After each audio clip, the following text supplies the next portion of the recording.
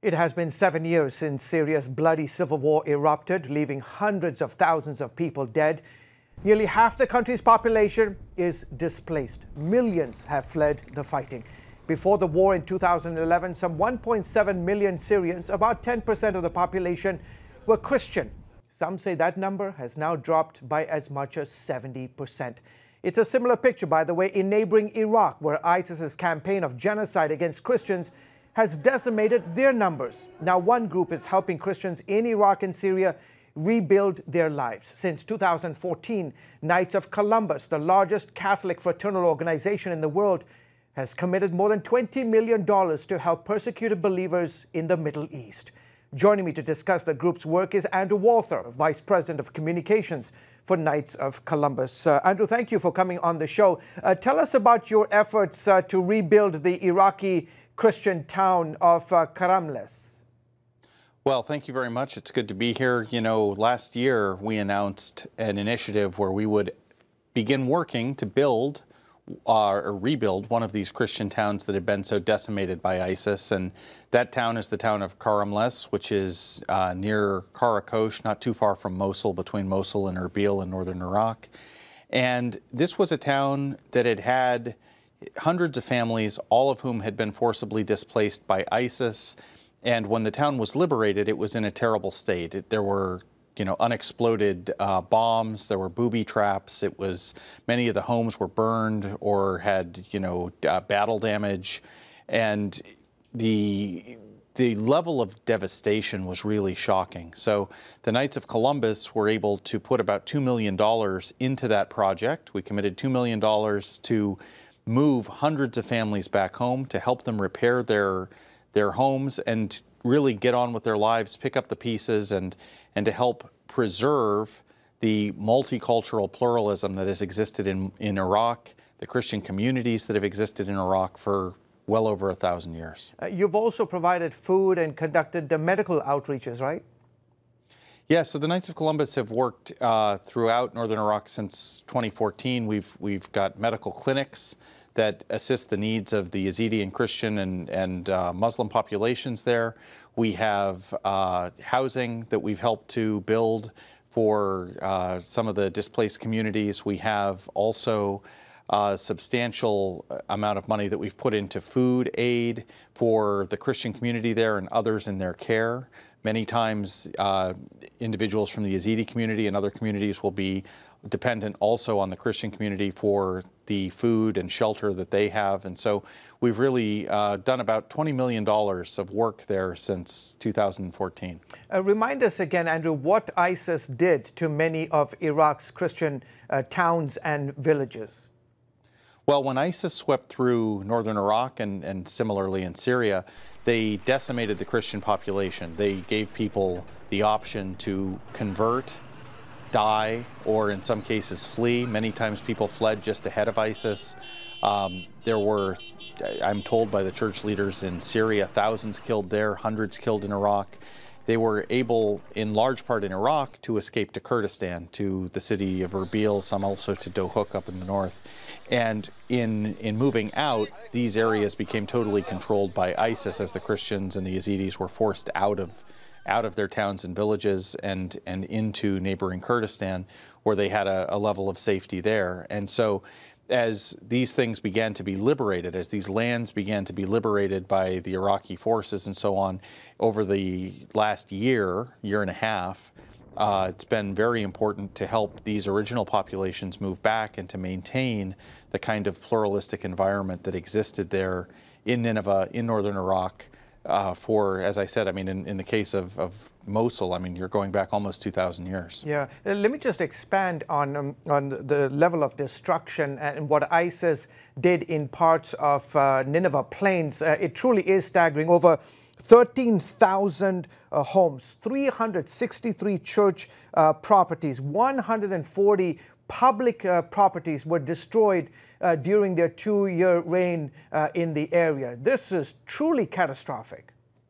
Well, the program was to eliminate the population and also to eliminate the historical memory, to get the people who live there out of there, but also to blow up monuments, to blow up churches, to blow up things that indicated a religious belief that was at odds or was just different from ISIS. And so the idea that there was, that ISIS wanted to stamp out any kind of difference, and as a result, they undertook a program that didn't just remove people, it also removed property, it also removed anything that spoke to an earlier culture. This is why they blew up Roman ruins in Palmyra. This is why they blew up the tomb of Jonah. This is why they just had a systematic destruction of Christian cemeteries, of Christian churches, the desecration of Christian graves. This was all by design. Are some of these small Christian enclaves, like for example in Mosul, are they lost forever? I think some will be lost, at least for the time being, and some will return. I think we've seen Christians beginning to return to Karakosh, where a number of aid agencies, mostly Christian aid agencies, Aid to the Church in Need being foremost among them, and many others, have been building homes there for the Christian community to move back. We've seen the same in Tel Askov in northern Iraq, in the still the Kurdish-held area, where people are moving back with the assistance of the Hungarian government. We've seen, it's sort of a town-by-town basis. Some towns have been sort of ethnically cleansed and resettled. Other towns are still armed camps and war zones where the original populations can't move back in, or some of the towns still have problems with unexploded ordnance, with mines, with things that make it impossible for people to move back. Because to move back, I was just there 3 or 4 weeks ago. It's 120 degrees. I mean, you need to have water and power to be able to really move back into a home. Plus, you need your home fixed. You need a modicum of security. You have a situation where the people want to go home, and if there is security, whether it's provided by the Kurdish Peshmerga or it's provided by the Iraqi army, to have the semblance of the return of normalcy to life is important. To settle the disputes between Kurdistan and Iraq is also important. Right now, there's basically a border between the Kurdish region and the Iraqi, the Baghdad-controlled region of Nineveh that splits the province. And so it's very hard for people to go in a straight line from one town to a neighboring town because of all of the checkpoints, because of the military encampments that are there, and so on. So I think part of this also has to be a resolution of these kinds of disputes on the ground there in Iraq, so that these communities can actually come home and travel freely in the region that has so many of these minority populations. So I think that there is a political element to this within Iraq that also needs to be looked at and solved. And what will it take, for example, for parachurch groups like yourself and other NGOs that speak to the heart issue? It's one thing to deal with the physical realities, but you have minority groups, ethnic, religious groups that for a long time lived together peacefully, but then all of a sudden, when things went south, they turned on each other: Shia, Sunni, Kurd, Christian, Yazidi, Assyrians. How do you fix those very deep issues? Well, I think one thing that needs to be made clear is that some of the communities were just on the receiving end of this. Some of the communities didn't turn on anybody. And I think when you look at what happened, for example, I'll talk about the Christian community because we did the report on the genocide against them. They were not aggressors in any way. They were simply victims, and that's not just true of them. There are other communities as well that were simply victimized. And so I think part of this, something that the Christians there tell me repeatedly, is that forgiveness is a big element of this. The idea that the Christian community can forgive what was done to them and to help be a sort of leaven as a result of that is something they take very seriously. On the other hand, there has to be this kind of equal citizenship that was lacking before ISIS. ISIS and its ideas didn't come out of nowhere. They also came out of an incubator in which Christians, Yazidis, other minorities were second-class citizens.